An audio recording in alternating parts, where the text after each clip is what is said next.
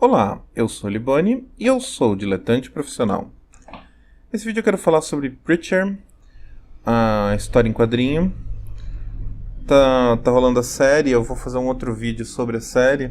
Tá rolando não, né? Acabou a segunda temporada. Mas eu acho bacana ter um vídeo sobre Preacher, porque é uma HQ que sempre é lembrada, é sempre revisitada. E como eu não tenho nenhum no canal, essa é a hora. O Preacher é uma história que, assim, no Brasil, ele tem uma camada extra de graça, porque ele tem toda uma mística editorial. Nos Estados Unidos, saiu normalmente, foi um dos títulos de sucesso da Vertigo, foram 66 edições, e tem alguns especiais e tal, e o Preacher é reimpresso em encadernados até hoje, assim, e é vendido até hoje. No Brasil, aconteceu uma coisa bem peculiar. O Preacher ele virou um tipo de maldição no mercado editorial.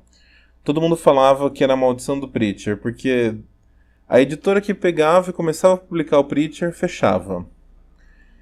Mas, assim, pra falar a verdade, isso é a história de mais ou menos todos os títulos da Vertigo, tirando o Sandman, que é uma exceção. Mas o Preacher ele foi muito icônico, assim, porque nos anos 2000 a série já tinha encerrado com muito sucesso nos Estados Unidos. E aqui no Brasil, assim, não tinha saído nem do primeiro arco. Eu olhei ele no Guia dos Quadrinhos e a série passou pelas editoras Metal Pesado, Atitude, Tudo em Quadrinhos, Brainstorm, Devir, que ainda não fechou, mas deixou de publicar Vertigo, a Pixel, que não fechou, mas deixou de publicar também Vertigo, e finalmente a Panini, que quebrou a maldição e conseguiu publicar Preacher do começo ao fim. E quando a Panini pegou o Preacher para publicar lá em 2010, tinha toda uma questão assim tão grande em torno da série que eles optaram por começar direto no sétimo encadernado, que é onde as outras editoras tinham parado. E encerraram a história do Preacher aqui no Brasil em 2011, 11 anos depois que a série terminou nos Estados Unidos. E depois eles foram republicando completo e tal.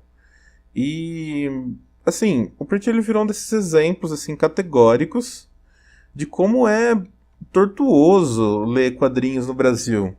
Porque você apostava na série, gostava, começava a comprar e daí a editora fechava.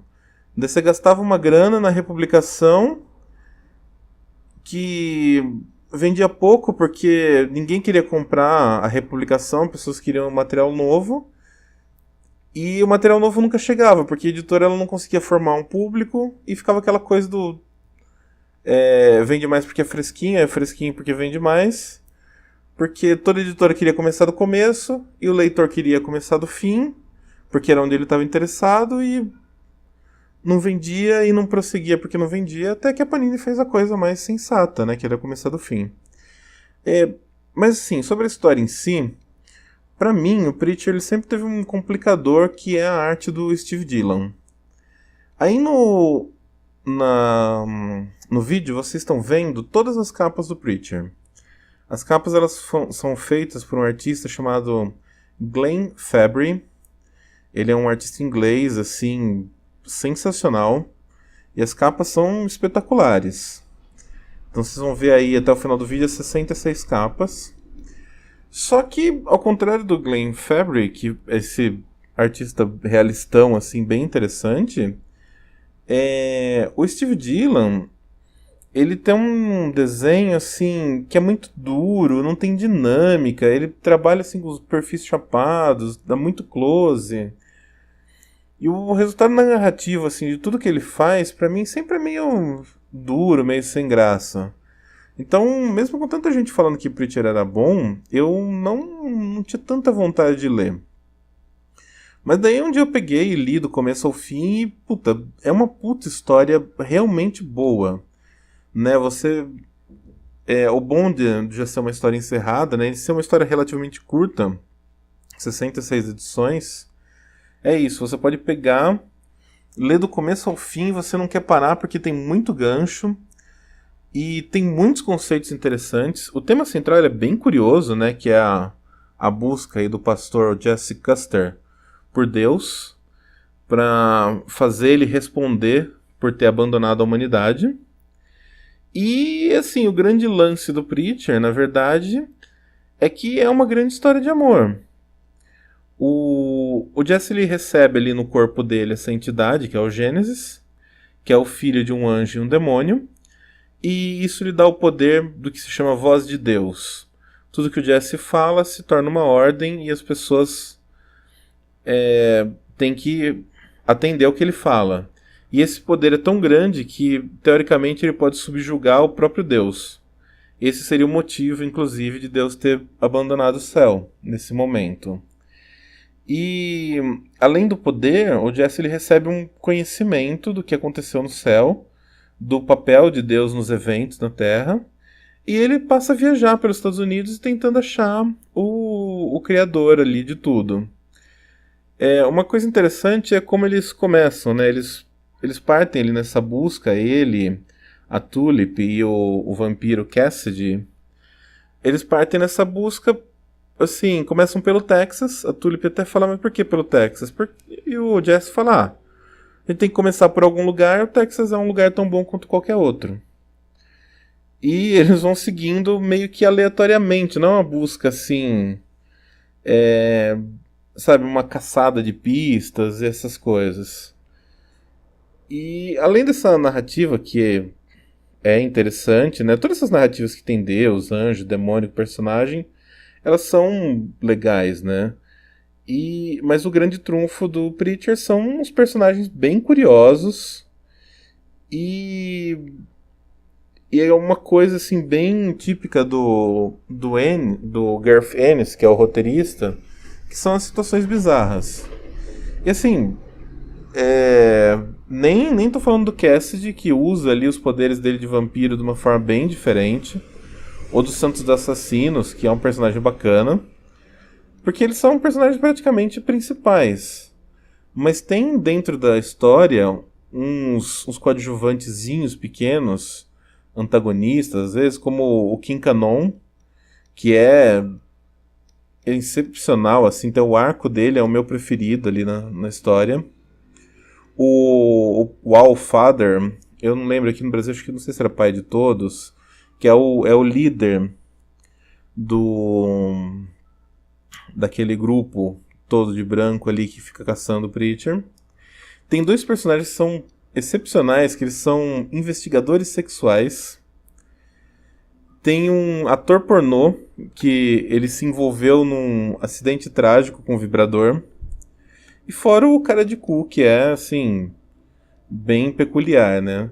E tudo na história, assim, é bizarro, é cruel, é sujo, é pervertido.